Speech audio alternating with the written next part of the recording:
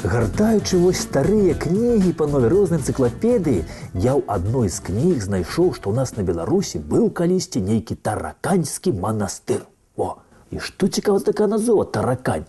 Нейкая не беларуская назова гэта таракань. І вось я падумаў, трэба мне ў гэтым разабрацца і пабачыць усё на свае ўласныя вочы.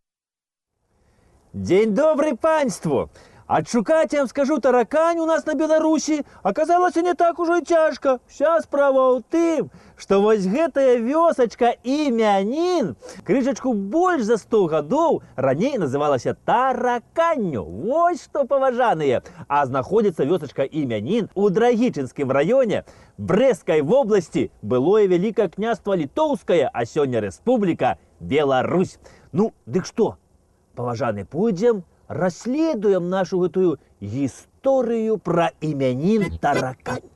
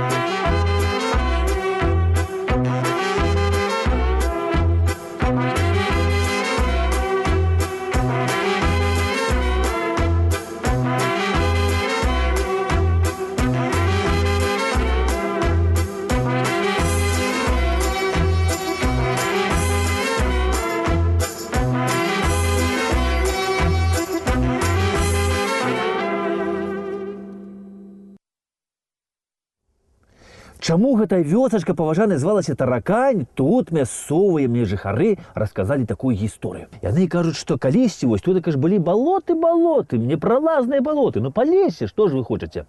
І вось праз гэтыя балоты, значыцца, кажуць, ехала княжна Тараканова.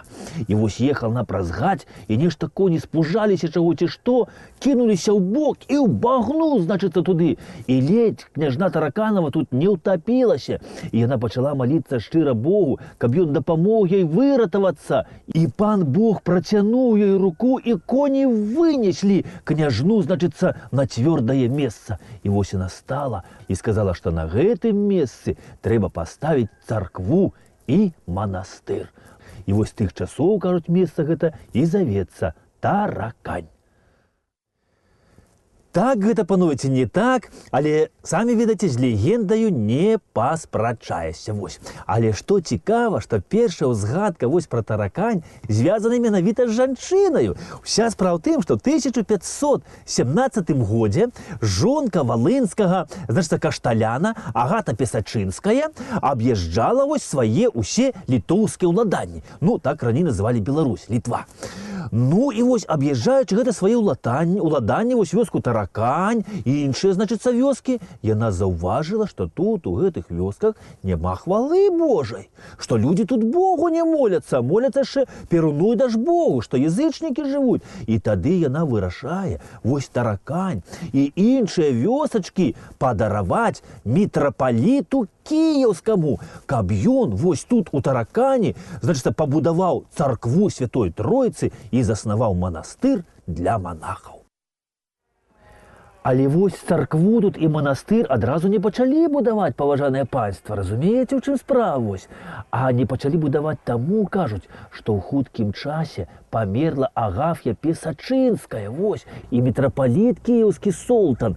Ён чамусьці не стаў спяшацца тут будаваць гэты манастыр і царкву, а узяў іх Таракань, вось гэтую зямлю гэтую, перадаў свайму біскупу Паісію, а праз некалькі гадоў памёр і мітрапаліт Солтан.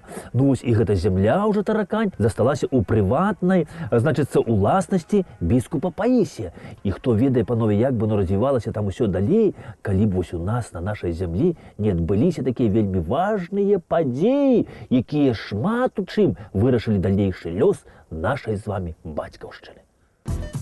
У 1596 годзе, паважанае панства, вось тут недалёка у Бярэсці была заключана унія паміж праваслаўнымі і каталікамі. Гэта значыцца, быў такі заключаны саюз. Справа ў тым, што вось наша праваслаўная шляхта, яны хацелі вось трымаць вось гэты уплыў маскоўскай царквы на Беларусь. І таму заключылі унію такую, ну і падчыняць ужо пачалі папе рымскаму, захаваўшы пры гэтым усе праваслаўныя абрады.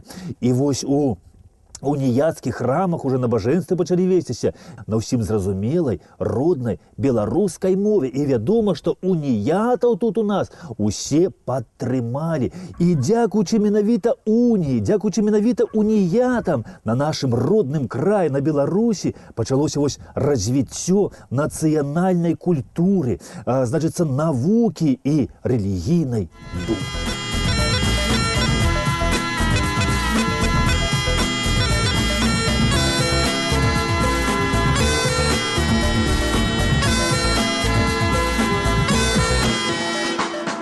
Дык вось тут, паважанае панства, у гэтых разумных кніжках гаворыцца аб тым, што гэта менавіта уніяты звярнулі, значыцца, увагу на тое, што вось зямля гэта тараканьская, выдзеленая нябожчыцай Агатай Песачынскай дзеля услаўлення Бога, выкарыстоўваецца не па назначэнню. Разумееце, тут не Бога ўстаўляюць на гэтай зямлі, а рэпу тут сеюць. Вось, і яны вырашылі навесці тут парадак. І вось на гэтых землях яны узялі і па завяшчанню Агаты Песачынскай пабудавалі тут, значыцца, царкву і уніяцкі манастыр. Вось сюды прыйшлі манахі-базыляне. Гэта адзіны уніяцкі манаскі ордэн. І вось менавіта тут, у Тараканьскім манастыры, пачынаючы з 1656 году, і праходзілі усе, значыцца, такія, галоўныя уніяцкія сходы. І уявіце сабе, паважанае панства, што вось гэта сённяшняя невялічкая вёсачка калісьці была цэнтрам уніяцтва. Уявіце сабе, што вось тут пры манастыры будуе сабе рэзідэнцыю сам уніяцкі мітрапаліт кіеўскі і ўсяя Русі Кіпрыян Жахускі. А калі Кіпрыян Жахускі памёр мітрапаліт, то тады вось Таракань становіцца рэзідэнцыяй генерала, кіраўніка усяго ордэна базылян.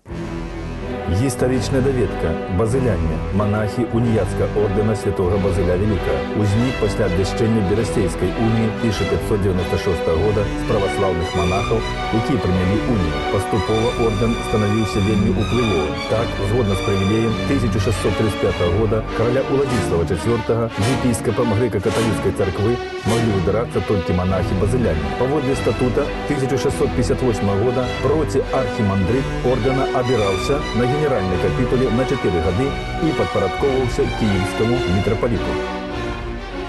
І на гэту, паважаны, тараканскую зямлю, вось на гэты манастыр пачалі класці вока, кажуць, і праваслаўныя. Пачаліся тут нейкія спрэчкі, значыцца, з гэтай зямлёю. Ну і паставіў такую моцную жирную кропку на ўсім гэта тагачасны генерал, кіраўнік ордэна базылян Леў Кішка. Ён пабудаваў тут новую мураваную царкву, перабудаваў манаскі ўвесь гэты корпус і даслаў каралю Аўгусту II ліст, значыцца, каб той выдаў яму такую паперу, якая была б самай сапраўднай паперай, і каб ніхто не мог да яго прад'явіць ніякіх прэтэнзій. І кароль Аўгуст II такі ліст яму сюды прыслаў. Вось я вам зараз прачытаю. Мы, Август II, Божьей лаской король Польши, зацвярджаем, што кляштару і царкве ў вядомых тараканях даецца гэты ліст навечна. І з надыходзячага часу ніякай паперы іншыя, у тым ліку і каралеўскія, таму манастыру перашкаджаць не могуць. Вось так. І вось таго часу ў гэтым тараканскім манастыры пачаўся, можна сказаць, такі залаты век. Тут пачаліся будавацца ўсё новыя гаспадарчыя розныя пабудовы. Пачалі праходзіць розныя уніяцкія сходы. А ў 1780 годзе уніяцкі біскуп Дашкевіч тут будуе новую уніяцкую багаяўленскую царкву. Але вось пасля падзелу Рэчы Паспалітай, калі Беларусь увайшла ў склад расійскай імперіі, то уніяцтва было забароненае. І на уніятаў пачаўся вельмі моцны ціск. У тараканскім манастыру сярод балотаў сабралася ўсё кіраўніцтва уніятаў з Польшы, Літвы, Украіны, каб вырашыць лёс уніятаў на тэрыторыі расійскай імперіі. І вось тут менавіта і адбыўся іх апошні уніяцкі сход у тараканскім манастыры. І на сённяшні дзень ад гэта знакамітага тараканскага манастыра нічога не засталося. Хіба вось гэтая нейкая гаспадарчая будыніна.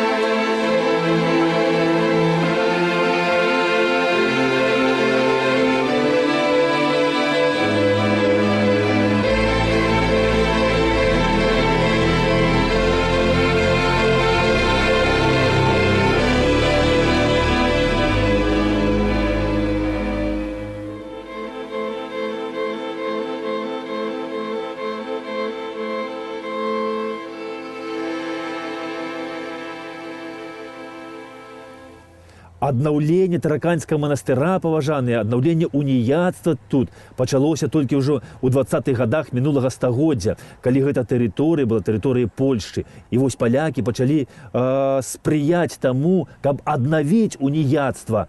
Ну і вось у гэтым тараканскім манастыры была адкрыта аграрна-земляробчая школа, дзе вывучалі там на аграномаў, на пчалаводаў, ну шмат якія сельскагаспадарчыя там прафесіі. Але галоўным, канешне, месцам тут зноў стала багаяўленская уніяцкая царква, якая была зноў жа перададзена уніятам. І вось у гэтай царкве службу вёў знакаміты уніяцкі святар Данат Навіцкі. Гістарычная даведка. Данат Навіцкі, уніяцкі святар. У 1916 годзе вучыўся ў Санкт-Петербургскай каталіцкай семінарыі. У лістападзе 1923 года арыштаваны падчас савецкіх ганенняў каталіцкай царквы. Пазней па адным увязненні выязджае ў Польшчу. На тэрыторыі сучаснай заходняй Беларусі, што была ў складзе Польшчы, Данат Навіцкі далучыўся да адраджэння уніяцкай царквы. У гісторыі гэта адраджэння уніяцтва атрымала назву Неа-Унія. Слыў адным з выдатнейшых беларускіх уніяцкіх святароў таго часу. Слава пра Даната Навіцка разыходзілася такая, што ў 1938 годзе Таракань наведаў апостальскі нунцый, пасол Ватыкана. І малая вёсачка можа ганарыцца тым, што на яе звярнулі ўвагу у апостальскай сталіцы. І вось сюды, у Таракань, прыехаў апостальскі нунцый, каб пазнаёміцца з дзейнасцю знакамітага уніяцкага святара Даната Навіцкага.